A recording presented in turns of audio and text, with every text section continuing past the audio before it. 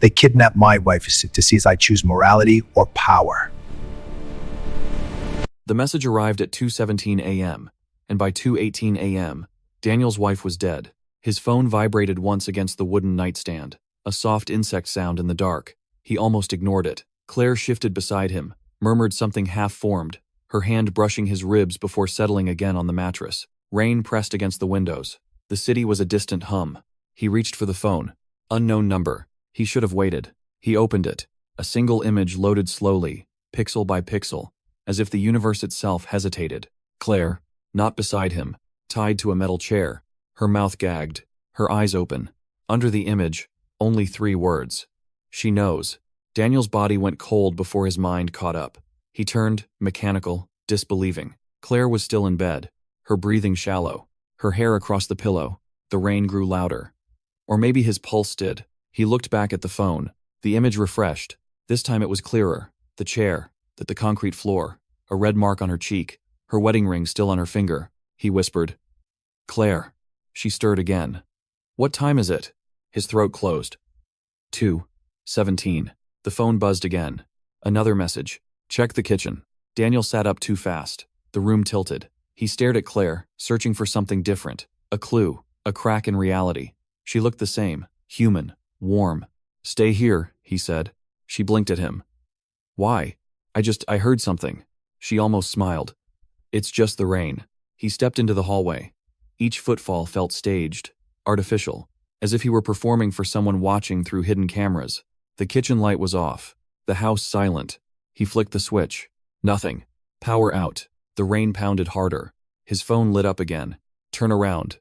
He did. Claire stood at the end of the hallway, but she wasn't in pajamas anymore. She was wearing the dress from the photo, torn at the shoulder, her mouth trembling. "No," Daniel whispered. She tried to speak, but something dark pooled at her lips. Blood. It slipped down her chin in a slow, deliberate line. The house lights flickered back on. The hallway was empty. His heart slammed so violently he thought it might bruise his ribs from inside. "Claire?" he called. No answer. He ran back to the bedroom. The bed was empty, the sheets cold. His phone chimed again. Now she's awake. He stumbled back, hit the wall. His breathing fractured into small animal gasps. He dialed her number. It rang once, twice, then a sound, not a ringtone, a distant echo of metal scraping concrete. And her voice, soft, broken. "Daniel." The call cut. He was moving before he decided to move. Grabbing his keys, his coat, bare feet slipping into shoes without socks. He didn't know where to go. The image on the phone gave no location, no metadata, just her. Another message arrived as he stepped into the rain. "You have 30 minutes. To do what?" he said aloud, as if the sender could hear him through the storm. The response was immediate. "Tell us what she told you." Daniel froze on the porch. Rain soaked through his shirt instantly. "I don't know what you're talking about," he whispered. 3 dots appeared, then disappeared, then appeared again. Clocks ticking. He drove without direction. The city lights smeared through the windshield. He replayed the last week in his head, hunting for something abnormal. Claire had been quiet lately, distracted. She had started locking her laptop, taking calls outside. He thought it was stress, work, or was that just what he wanted to think? His phone buzzed again. Location shared. An abandoned storage facility on the industrial edge of town. Of course, it had to be somewhere like that.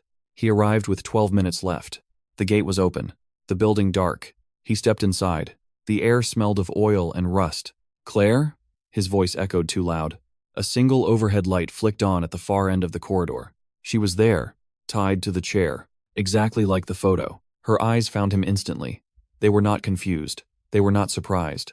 They were afraid. "Daniel," she said through the gag as he rushed forward. "Don't," a voice called from the shadows. He stopped. A man stepped into the light, middle-aged, clean suit, dry, despite the storm. "You're late," the man said. "I came as fast as I could." The man tilted his head. "Did you?" Daniel looked at Claire. "Please, just tell me what you want." The man's eyes flicked to her. "That depends on what she's already told you." "Nothing," Daniel said immediately. Too quickly. Claire's gaze snapped to him. The man noticed. "Careful," he said gently. "Lies are expensive tonight." Daniel swallowed. "She hasn't told me anything. I don't even know what this is about." The man studied him for a long moment. "That's unfortunate." He nodded towards someone in the darkness. Daniel hadn't realized there were others.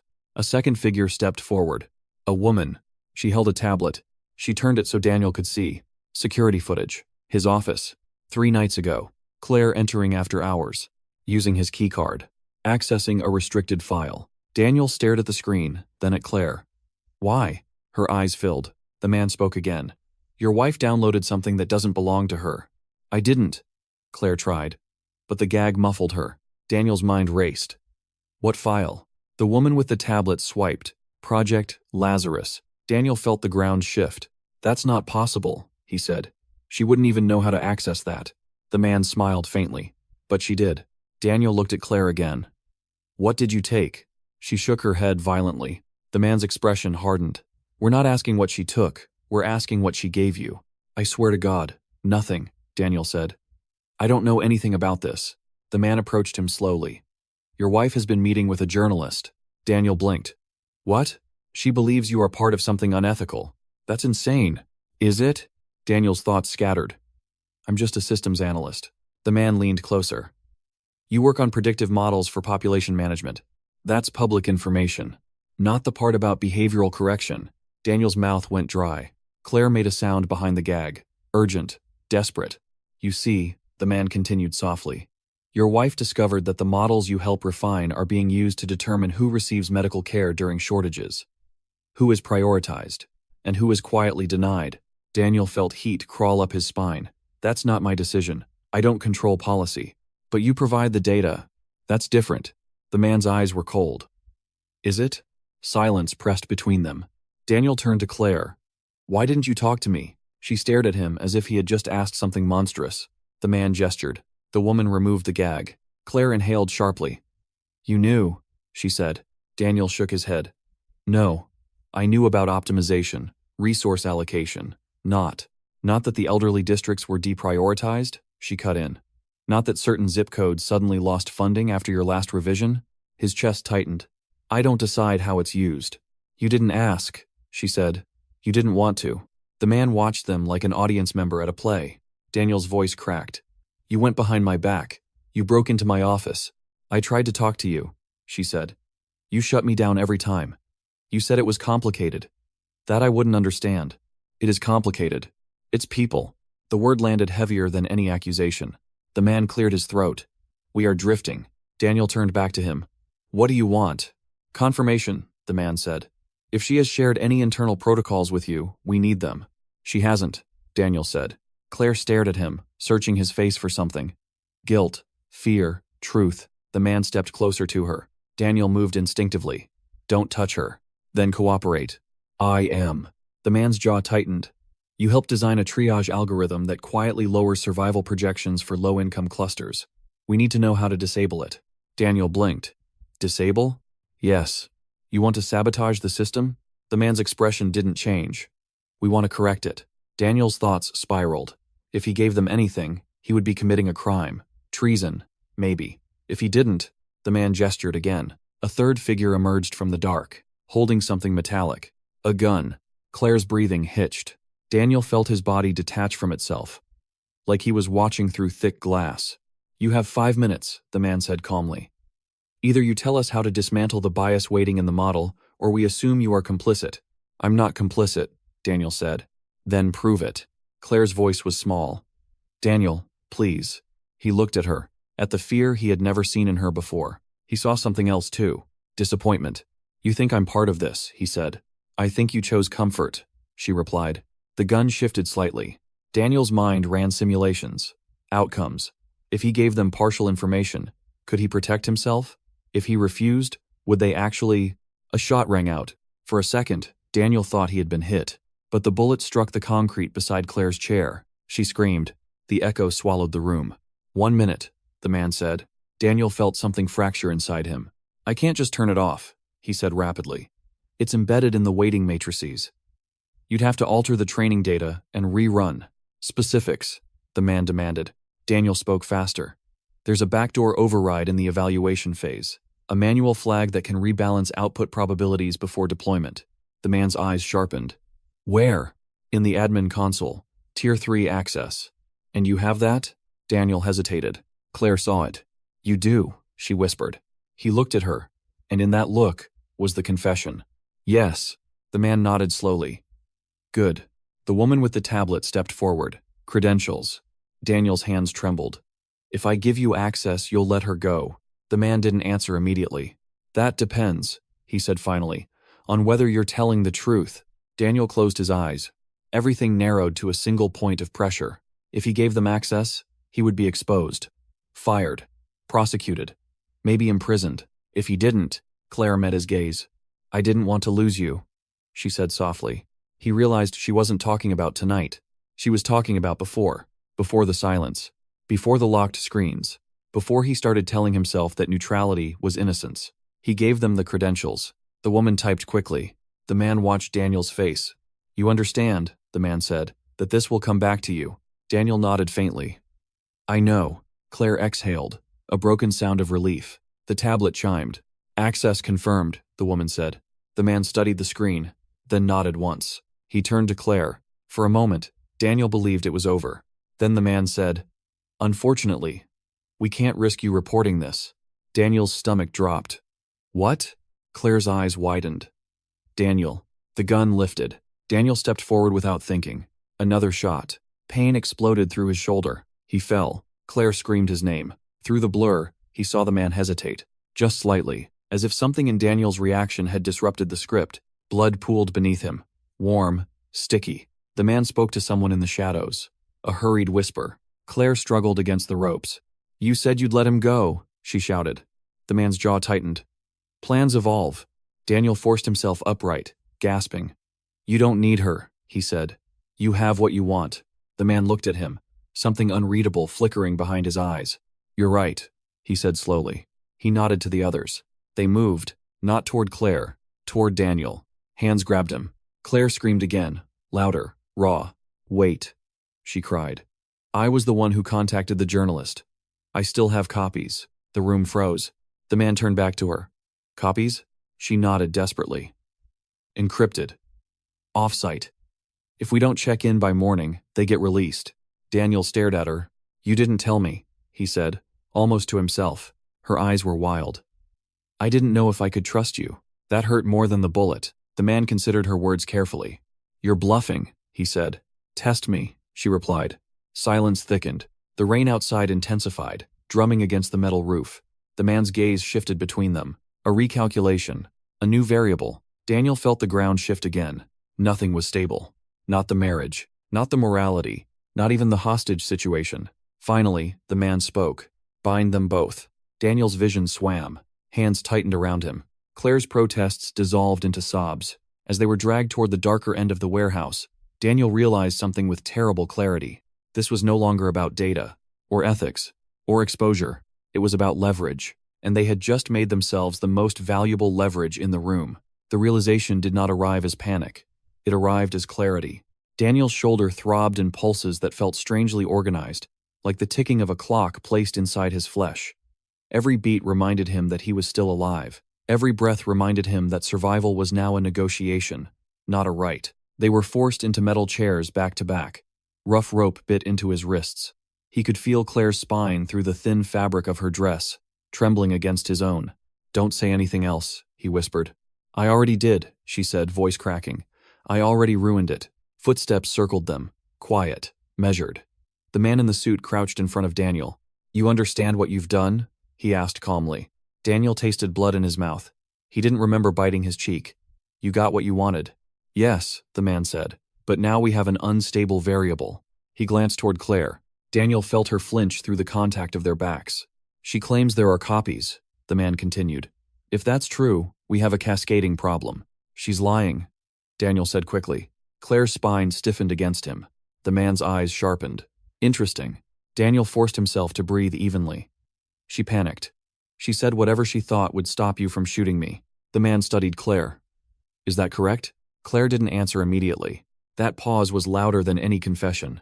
Daniel felt it like a blade sliding between his ribs. Claire, he whispered. She swallowed. I may have exaggerated. The man stood slowly. May?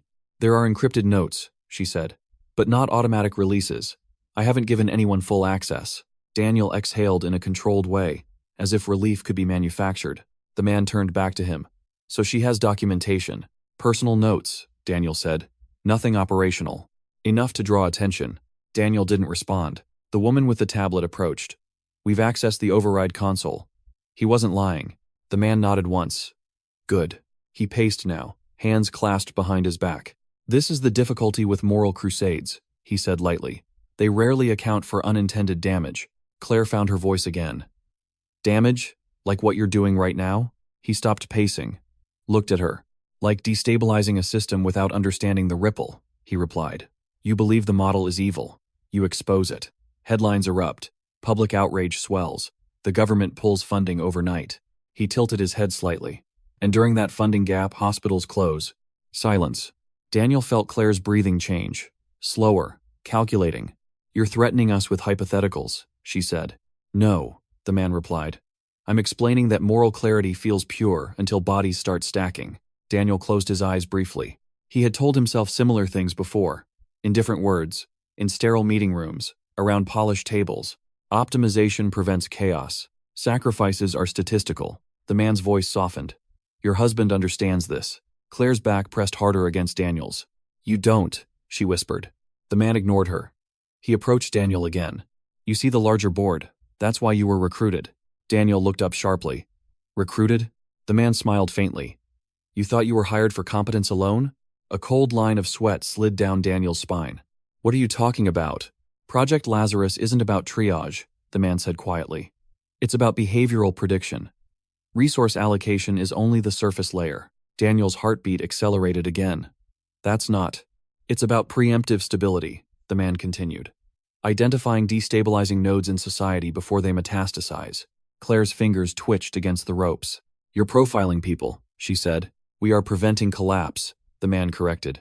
Daniel's mind reeled backward through the past year. The subtle data expansions, the requests for social media correlations, the unexplained emphasis on descent clusters. He had noticed. He had not pursued. You knew, Claire whispered behind him.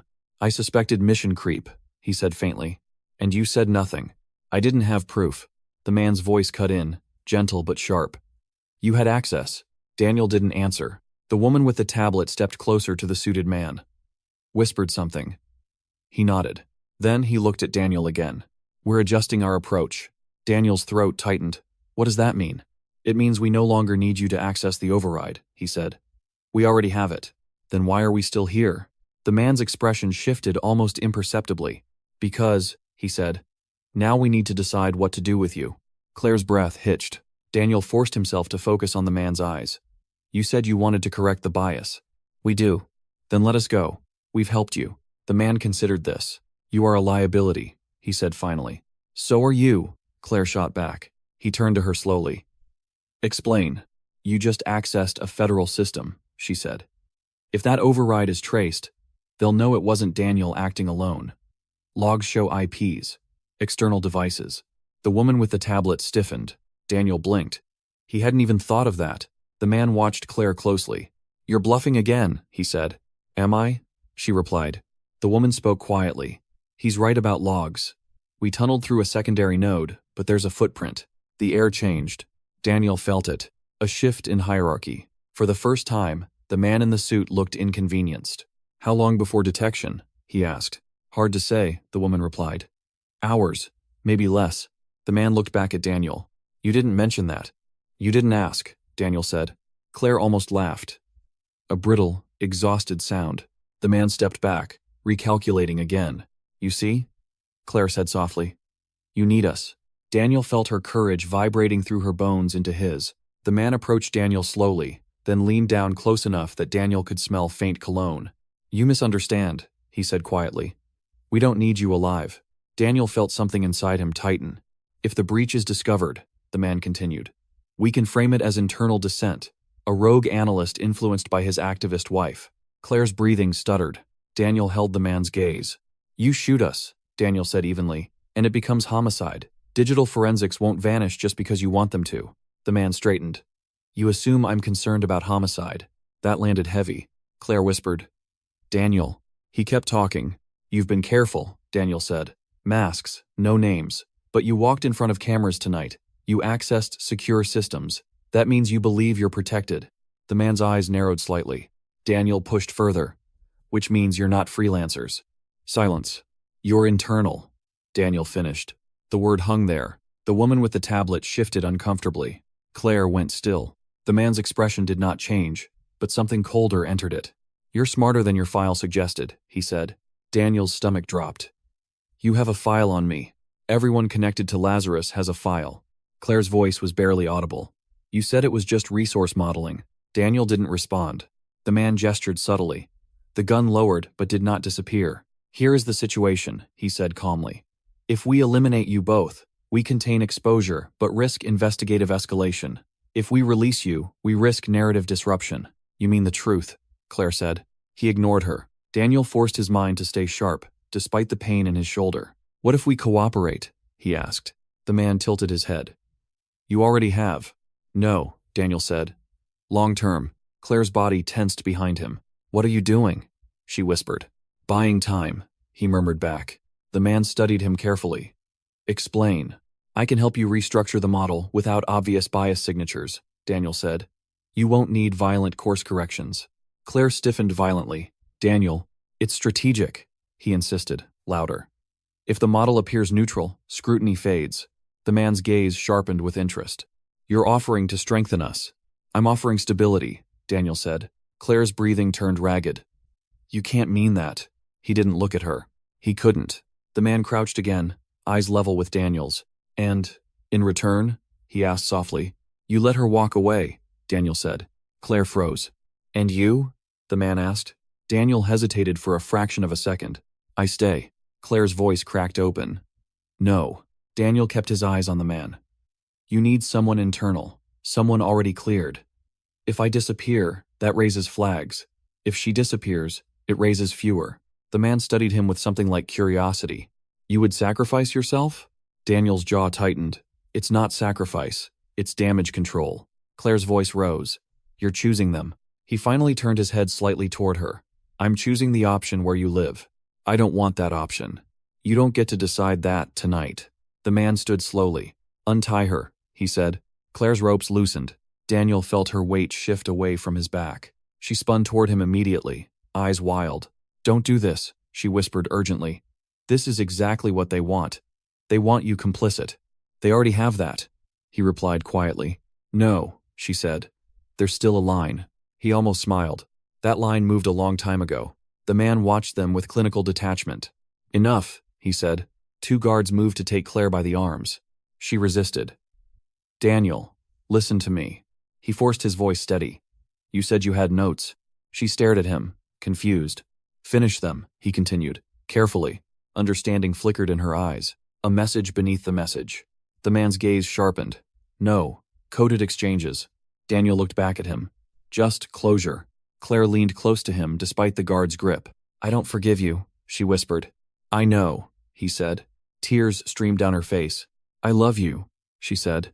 He swallowed hard. That's the problem, he replied. They dragged her away. Her footsteps echoed until they faded beyond the corridor. Daniel was alone in the chair. The warehouse felt larger now, colder. The man approached slowly. You understand, he said, that once you step fully inside, there is no exit. Daniel met his eyes.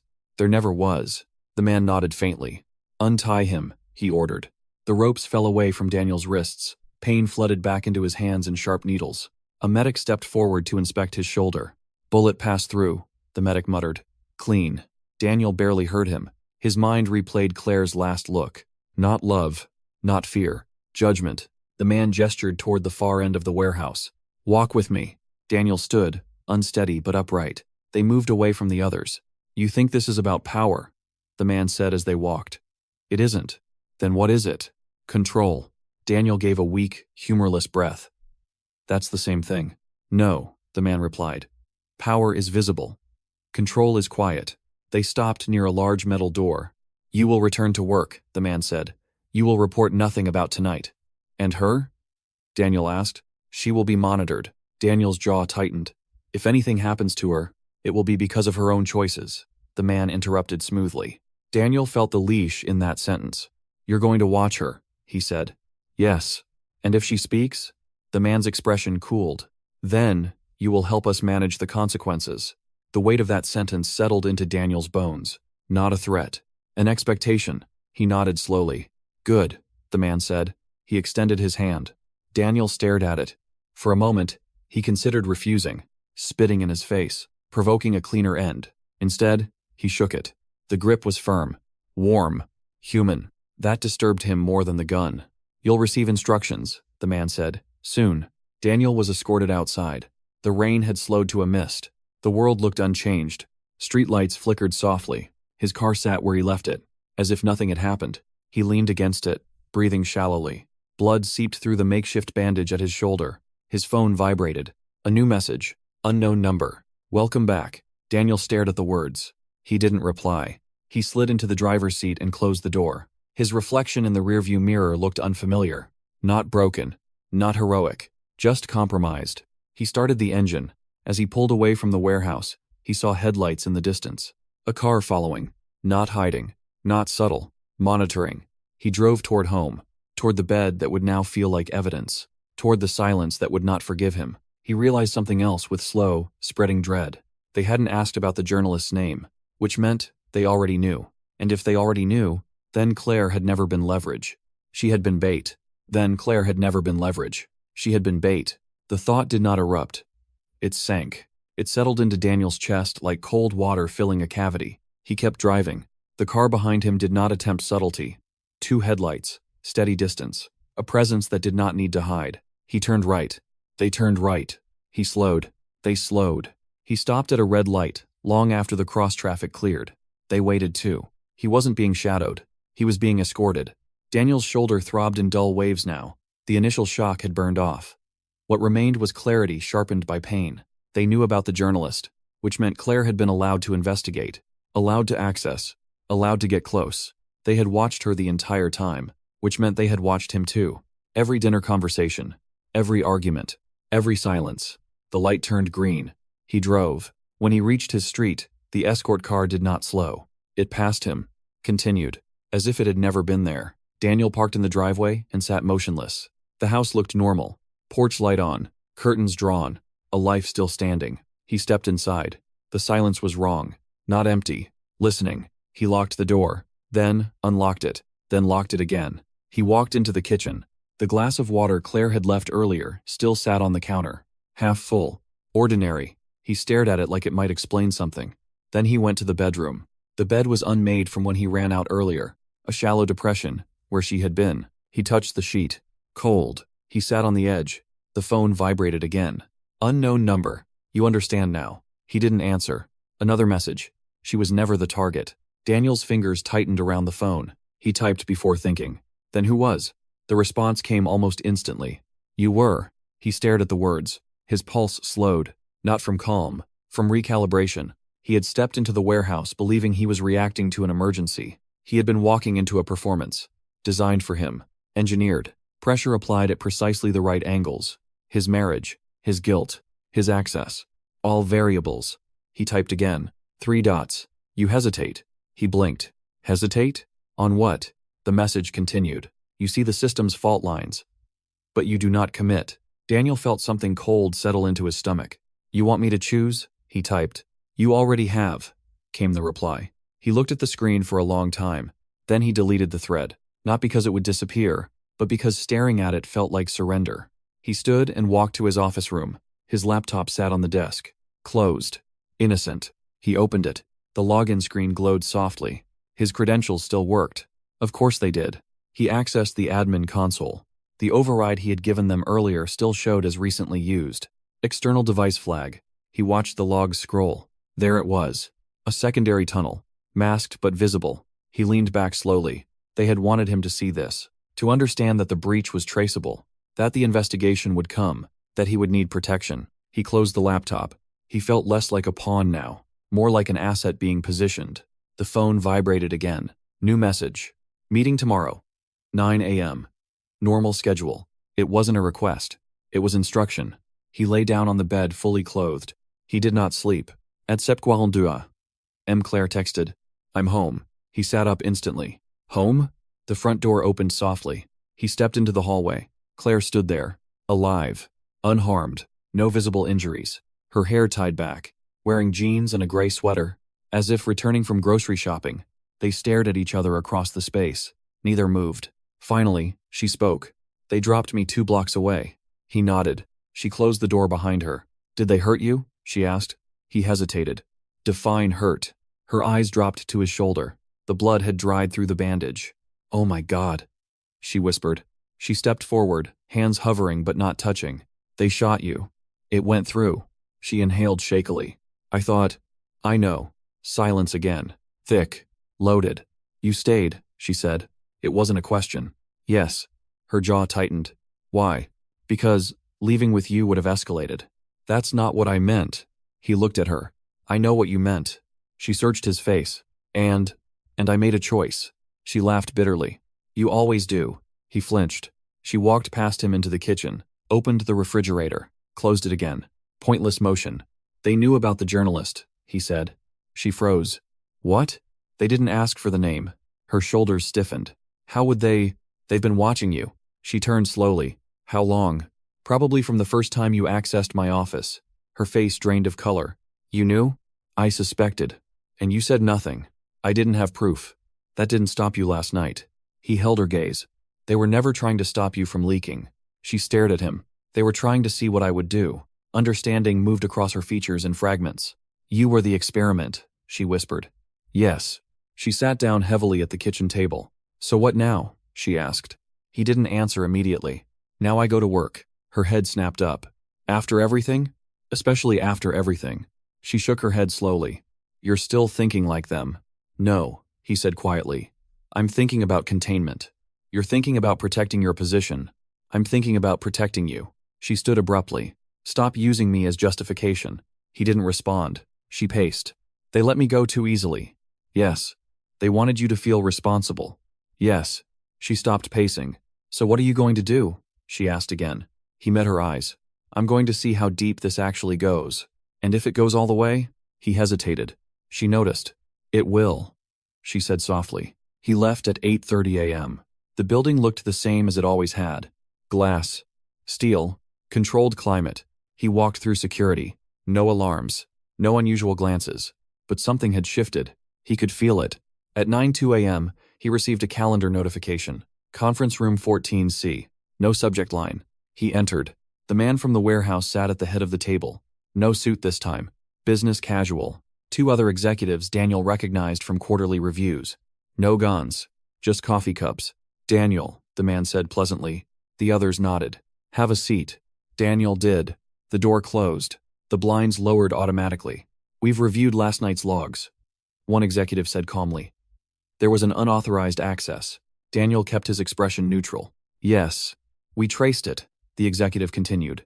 It originated from your credentials. Daniel nodded slowly. Yes. Do you have an explanation? He looked at the man from the warehouse. The man's expression was blank. Professional. Daniel understood. This was the test. The public version. He inhaled. Yes, he said. The room stilled. My wife confronted me about bias in the model, he continued evenly. She believes it disproportionately deprioritizes certain communities. The executives exchanged glances. I attempted to demonstrate that the system includes manual overrides to correct edge cases, Daniel went on. In doing so, I accessed the console from home. Through an external device? One asked. Yes. Why? Because I didn't want her coming to the office again. The room went quiet. You're admitting she previously accessed the office? The executive asked. Daniel held eye contact. Yes. The man from the warehouse finally spoke. Why are you telling us this? Daniel answered without looking at him. Because if you find out another way, it becomes negligence. Silence. Long. Uncomfortable. Then one executive leaned back. This is highly irregular. Yes. Daniel agreed. Your wife is a liability. I'm aware. The man from the warehouse watched him carefully. And yet, the man said softly, you remain calm. Daniel met his gaze. Panic doesn't improve outcomes. A faint smile ghosted across the man's face. The executive cleared his throat. We could suspend you pending investigation. You could, Daniel said. But we won't. The man interrupted smoothly. The executive looked at him. Why not? Because he's useful. The word hung there. Useful. Not innocent. Not trusted. Useful. The executive nodded slowly. We'll assign internal monitoring, he said. Restricted access temporarily. Daniel inclined his head. Understood. The meeting ended. As Daniel stood, the man from the warehouse spoke quietly. Walk with me. Again. They moved into the hallway. Good performance, the man said softly. You put me in a room with 3 senior executives. You navigated. Daniel stopped walking. You staged this entire thing. Yes. So what is this really about? The man turned to face him. Alignment. With what? With inevitability. Daniel's jaw tightened. You believe the system will fracture, the man continued. Public trust is eroding. Resources are thinning. We need architects who understand both the moral and the mathematical implications. And you think that's me? You hesitate, the man said again, but you see clearly. Daniel felt anger flicker under the surface. You shot me. A superficial wound. You kidnapped my wife. A demonstration. Daniel's voice dropped. You don't get to call trauma a demonstration. The man's expression cooled. History will not ask whether we were gentle, he said. It will ask whether we maintained order. Daniel stared at him. And if order is the problem? The man tilted his head slightly. Then we redesign it. He stepped closer. We are building something beyond triage, beyond allocation, a predictive governance layer. Daniel felt the scope widening beneath his feet. You want to decide outcomes before they happen. We already do, the man replied. We're simply refining accuracy. Daniel thought of Claire, of her notes, of her accusation. You chose comfort. Why not recruit someone who already agrees with you? Daniel asked. Because blind agreement is fragile, the man said. We need dissenters who understand the stakes. Daniel exhaled slowly. And if I refuse? The man's eyes hardened. You won't. That certainty unsettled him more than any threat, because part of him suspected the man was right. He returned to his desk, sat down, opened the model architecture. Lines of code. Clean. Elegant. Cold. He scrolled to the bias weighting function. He could alter it. Quietly. He could introduce noise. Subtle corrections. Or subtle distortions. He didn't move his hands yet. Instead, he opened a blank document. He typed a single line. If stability requires silence, who decides whose silence matters? He stared at the sentence, then deleted it. Across the office, he felt eyes on him, not literal, systemic. He minimized the window and began to work, not to strengthen the system, not yet to sabotage it, but to understand exactly where its spine could bend without breaking. Because if he was the experiment, then he intended to study the lab from the inside. He kept his posture neutral. That was the first discipline. Do not look like a man with a plan. Look like a man returning to routine. The cursor blinked on the architecture window. Predictive Stability Model V4 8.3. He scrolled deeper. Submodules branched like nerves. Resource allocation. Behavioral drift mapping. Sentiment clustering. He stopped at a newer folder. Governance Layer Beta. That hadn't been there 3 months ago. He clicked. Access denied. Restricted clearance. He leaned back slowly. So, they were telling the truth. This was expanding. His email chimed. Subject. Updated Oversight Protocol. He opened it. Effective immediately. All Lazarus-related personnel will submit weekly self-audits detailing ethical concerns and perceived anomalies. Daniel almost smiled. They wanted dissent documented, measured, contained. He imagined the man from the warehouse drafting that policy. Create the illusion of conscience. Channel rebellion into paperwork. He closed the email and opened a private terminal. Not to breach. Not yet. Just to trace. He began mapping dependencies between the allocation model and the new governance layer. Where did they intersect? Where did predictive scoring influence preemptive flagging? It didn't take long. There it was. A subtle cross-call. Output risk index forwarded to behavioral drift. Meaning, the system wasn't just allocating medical resources. It was tagging people. Clusters with declining survival probability were being correlated with civic participation metrics. Low access. Low income. High dissent. It wasn't triage. It was filtration. Daniel's stomach tightened. He minimized the code as footsteps approached. A colleague. Evan. Mid-30s. Efficient. Uncurious. You good? Evan asked casually. Fine, Daniel replied. Heard about the breach. Daniel's hands remained steady on the keyboard. Internal reviews underway. Evan nodded. They're tightening access. I saw. Evan lingered, then lowered his voice slightly. You think this is about the model? Daniel looked at him. What do you mean? Evan hesitated. Feels like something bigger. They've been pulling social mobility data recently. Daniel said nothing. Evan shrugged. Anyway, if they start trimming staff, let me know if you hear anything. Trimming staff. That was how collapse was framed internally. Daniel watched him leave. Even here, fear moved quietly. He returned to the cross-call and began isolating variables. If he introduced a slight distortion in the risk index, not enough to trigger anomaly detection, just enough to flatten peaks. It could prevent certain clusters from crossing into the governance threshold. It would buy time. But time for what? He didn't know. His phone buzzed. Claire, are you safe? He typed back. Define safe. She responded quickly. Are they watching you? Pause. Are you going to help them? He stared at the question. He typed slowly. I'm going to understand them. That wasn't an answer. She didn't reply. He worked until late afternoon. Every line he traced revealed deeper entanglement. The model was no longer an algorithm. It was infrastructure, embedded in supply chains, insurance projections, municipal funding. Undoing it outright would fracture entire sectors, which meant sabotage wasn't simple. It was surgery, and surgery required precision. At 5:12 p.m., another calendar alert appeared. No subject. Same conference room. He went. The man was there again. Alone this time. No executives? Daniel asked.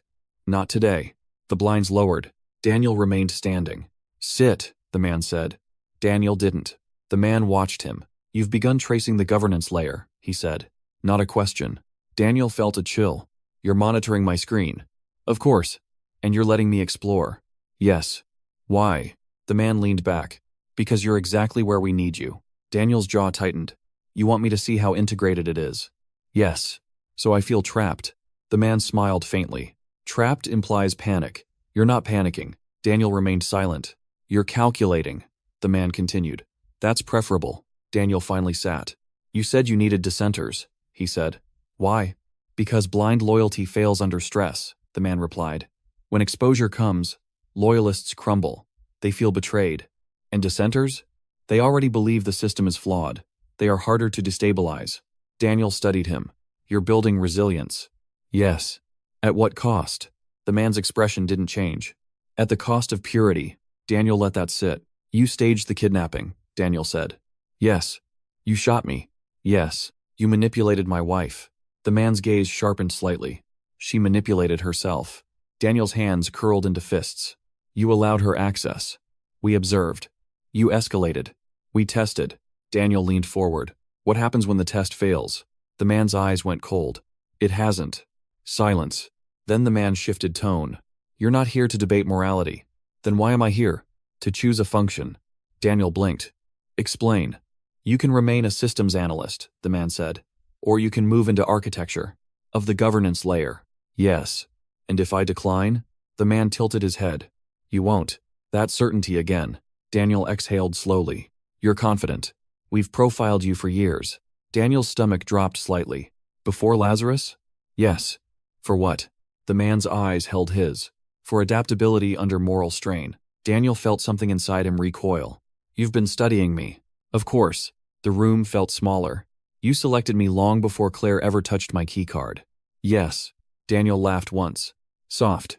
Disbelieving. She thought she was exposing you. She was accelerating you. The words hit hard. Daniel stood abruptly. You used my marriage. We used your leverage points. Daniel moved toward the door. It didn't open. He turned back slowly. Sit, the man said again. Daniel did. Because right now, standing was symbolic, not strategic. Architecture gives you influence, the man continued calmly. You can reduce harm, or increase it. Yes. You trust me with that? We trust your hesitation. Daniel stared at him. My hesitation? Yes. You don't rush decisions. You internalize cost. Daniel thought of Claire's whisper. I don't forgive you. The man leaned forward. Tell me honestly, he said. If the governance layer collapses tomorrow, what happens? Daniel answered without thinking. Panic. Resource runs. Political fracture. And during that panic, those already marginalized suffer first. Exactly. The man sat back. So, what is the ethical path? Immediate exposure that fractures support systems? Or incremental correction from inside? Daniel didn't answer, because the worst part was, the question wasn't absurd. It was constructed, designed to eliminate clean choices. You frame every option as contamination, Daniel said quietly. Because purity is fiction. The door unlocked. The meeting was over. You'll receive a proposal tonight, the man said. Consider it. Daniel left. The hallway felt colder. He walked past rows of desks, faces lit by screens. No one knew what layer they were contributing to, or maybe they suspected and chose not to know. When he arrived home, Claire was sitting at the kitchen table. Papers spread around her. Notes. Highlighted lines. She looked up. They offered you something, she said immediately. Yes. She nodded slowly. Architecture? He didn't answer. Her eyes hardened. You're considering it. Yes. She stood. You can't. Why? Because that's how they win. They've already won. No, she said sharply. They've trapped you into thinking your only power is participation. He moved closer. You think exposure solves this? It starts something. It starts collapse. Maybe collapse is necessary. And who dies during collapse? She flinched. That's the line they fed you, she said. No, he replied. It's math. She shook her head. You're still thinking in systems. Yes. What about people? He paused. People exist inside systems.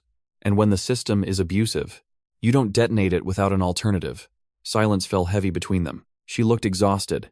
I can't lose you to them, she said quietly. You already did, he replied before he could stop himself. Her face changed. Not anger. Something worse. Resignation. He stepped back immediately. I didn't mean… Yes, you did. She gathered her papers. I met the journalist again, she said. Daniel's heart jumped. You what? After they dropped me. You're insane. I'm not stopping. You think they don't know? They know everything. Exactly. She held his gaze. So let them watch. Daniel felt something fracture deeper. You're forcing escalation. They already escalated. He ran a hand through his hair. If you leak now, they frame it as spousal instability. Rogue access. You become unreliable. Then help me. He looked at her. How? Architect from the inside, like you said. But for exposure. He blinked. You want me to design the collapse. I want you to design the truth. The words echoed. Truth. He thought of the governance layer. Of predictive filtration. Of incremental control. You're asking me to commit institutional suicide. I'm asking you to choose. There it was again. Choice. As if it were simple. His phone buzzed. An encrypted email. Subject. Proposal. He didn't open it. Not yet. He looked at Claire. If I do this, he said slowly, there's no partial path. I know. If I architect it properly, exposure doesn't just reveal bias. It reveals intent. She nodded. And that could destabilize everything. Yes. And if destabilization causes harm? Her voice softened. Harm is already happening. He closed his eyes briefly. He saw the warehouse. The gun. The handshake. He opened his eyes again. You realize, he said quietly, that if I miscalculate, we both disappear. She stepped closer. We were already bait. He let out a slow breath. The proposal email remained unopened. Between them, a threshold. He picked up his phone and opened it. The document was precise. No rhetoric, no ideology, just structure. Phase integration. Elevate subject D. Heart to governance architecture tier. Responsibilities. Adaptive risk modeling. Ethical variance dampening. Controlled transparency protocols. Controlled transparency. Daniel almost laughed. They're offering you authorship, Claire said quietly. He scrolled. There it was, a clause buried halfway down. In the event of systemic exposure, internal architects will guide narrative stabilization to prevent mass disruption. Narrative stabilization. That's the leash, he said. Claire moved closer, reading over his shoulder. They expect exposure. Yes. They're planning for it. They always were. He kept reading. Embedded within the technical responsibilities was something else. A projection model. Simulations. Public leak scenarios. One file name caught his eye. Scenario. Claire. Heart. Release. He felt his body go cold. He clicked. Projected impact analysis if journalist publishes partial Lazarus bias findings traced to spousal activism. Estimated public trust erosion, 23%. Estimated policy freeze duration, 6 to 8 weeks. Estimated mortality variance due to resource instability, plus 4.7%. Claire's breath faltered. They quantified me, she whispered. Daniel scrolled further. Containment strategy. Discredit activist source via emotional instability narrative. Emphasize rogue data access. Protect institutional integrity. Silence pressed against the kitchen walls. They were going to ruin me, Claire said. They still might, Daniel replied. She looked at him. So what do we do? Daniel didn't answer immediately. He opened another scenario file. Scenario. Internal. Architect. Leak. Projected impact. 61%. Public trust erosion. Immediate federal audit. Emergency funding reallocations. Mortality variance during first quarter, plus 2.1%. Lower than Claire's scenario. Because the exposure would be systemic. Not personal. He leaned back slowly. They calculated everything, Claire said. Yes. They even calculated which version of the truth causes less chaos. Yes. She sat down heavily. So they're not wrong. The sentence hung between them like a blade. Daniel felt its weight. If you leak carefully, she continued, you reduce harm. If I leak through architecture, he said, I can preempt the cascade. She looked up at him. Then that's it. He stared at the screen. You realize what that means? Yes. It means I take the role. She nodded. It means I become the architect. Yes. And then, I fracture it from within. Her voice was steady now. Yes. Daniel felt something inside him settle. Not peace. Resolution. He scrolled back to the proposal. At the bottom was a digital acceptance line. He hovered over it. Claire didn't touch him. She didn't plead. She just watched. He signed. The email confirmed immediately. Welcome to governance tier. His phone buzzed seconds later. Unknown number. We're pleased. Daniel typed back. Schedule onboarding. The reply came instantly. Tomorrow. 7 a.m. He set the phone down. Claire stood. This is real now, she said. It always was. She stepped closer. Once you're inside that layer, they'll monitor you harder. I know. They'll test you again. I know. She swallowed. And if they discover what you're doing? He met her eyes. They won't. She searched his face for doubt. There was none. That frightened her more than anything. The next morning, Daniel entered a different elevator. Restricted access. Biometric scan. Retinal confirmation. The doors opened onto a quieter floor. Less staff. More glass. The man from the warehouse waited near a long table filled with screens. Congratulations, he said. Daniel didn't respond. He walked to the central display. A live feed of predictive indices across multiple regions. Red clusters pulsing faintly. These are governance flags, the man said. High-risk nodes. Defined how? Daniel asked. Descent volatility combined with resource scarcity. Daniel studied the metrics. So, a community with low hospital access and high protest frequency becomes unstable. Yes. And you adjust funding accordingly. We preempt escalation. Daniel nodded slowly. And if escalation is a response to deprivation? The man looked at him. That's philosophy. No, Daniel said quietly. That's feedback. The man smiled faintly. You'll fit in here. Daniel began his onboarding. Access keys. Layered permissions. He saw deeper than before. The governance layer wasn't just tagging. It was nudging. Algorithmic shifts in loan approvals. Grant allocations. Insurance rates. Small adjustments. Invisible to individuals. Transformative in aggregate. Control, not power. Just as the man had said. By afternoon, Daniel had enough access to begin altering subweights. He started small. Flattening risk amplification curves in 2 Midwestern districts. Marginal shifts. Barely perceptible. He waited. No alerts. Good. That evening, he met Claire at home. Well? She asked. It's worse than we thought. She nodded slowly. And? I started. She didn't ask what that meant. She understood. Days passed. Daniel adjusted parameters incrementally. He built shadow models offline at night, simulating exposure paths. He identified a narrow corridor. If he released a white paper detailing systemic bias with anonymized regional data and simultaneously preloaded corrective weight adjustments into the live model, the system would auto-stabilize during public audit. Chaos minimized. Truth revealed. It was delicate. One misstep would trigger anomaly detection. On the 7th night, Claire sat across from him as he finalized the draft. Are you ready? She asked. No. He encrypted the document. Scheduled time distribution to 3 oversight committees and 1 investigative outlet. Not Claire's journalist. Higher. Institutional. He exhaled. When this hits, he said, they'll know it's internal. Yes. They'll know it's me. Yes. She reached across the table and took his hand. Then we face it. The next morning, at 9:13 a.m., the first notification appeared on internal systems. Unusual data publication detected. By 9:17 a.m., the white paper had reached the committees. By 9:22 a.m., news alerts began surfacing. Federal audit initiated into predictive allocation system. Daniel remained at his desk. He did not run. He watched the governance dashboard. Risk clusters spiked briefly, then flattened. Because the corrective weights were already in place, emergency funding buffers auto-triggered. Hospitals didn't close. Insurance rates didn't spike. The system bent. It did not break. At 9:41 a.m., security entered the floor. The man from the warehouse walked with them. Their eyes met across the room. Not anger. Not shock. Recognition. Daniel stood before they reached him. You designed it carefully, the man said quietly. Yes. You minimized collateral. Yes. You exposed us. Daniel nodded. Yes. The man studied him. You could have done worse. I know. Why didn't you? Because collapse isn't justice. Silence. Around them, staff whispered. Phones buzzed. The world outside was shifting. The man spoke softly. You understand you'll be prosecuted. Yes. You understand this may not end the governance layer. I know. The man's gaze flickered. Then what did you accomplish? Daniel looked at the live feed. At the flattened curves. At least now, he said quietly. The silence is shared. Security stepped forward. Claire's message arrived at that exact moment. It's live. He typed back with restrained fingers. Security placed a hand on his shoulder. Not violent. Procedural.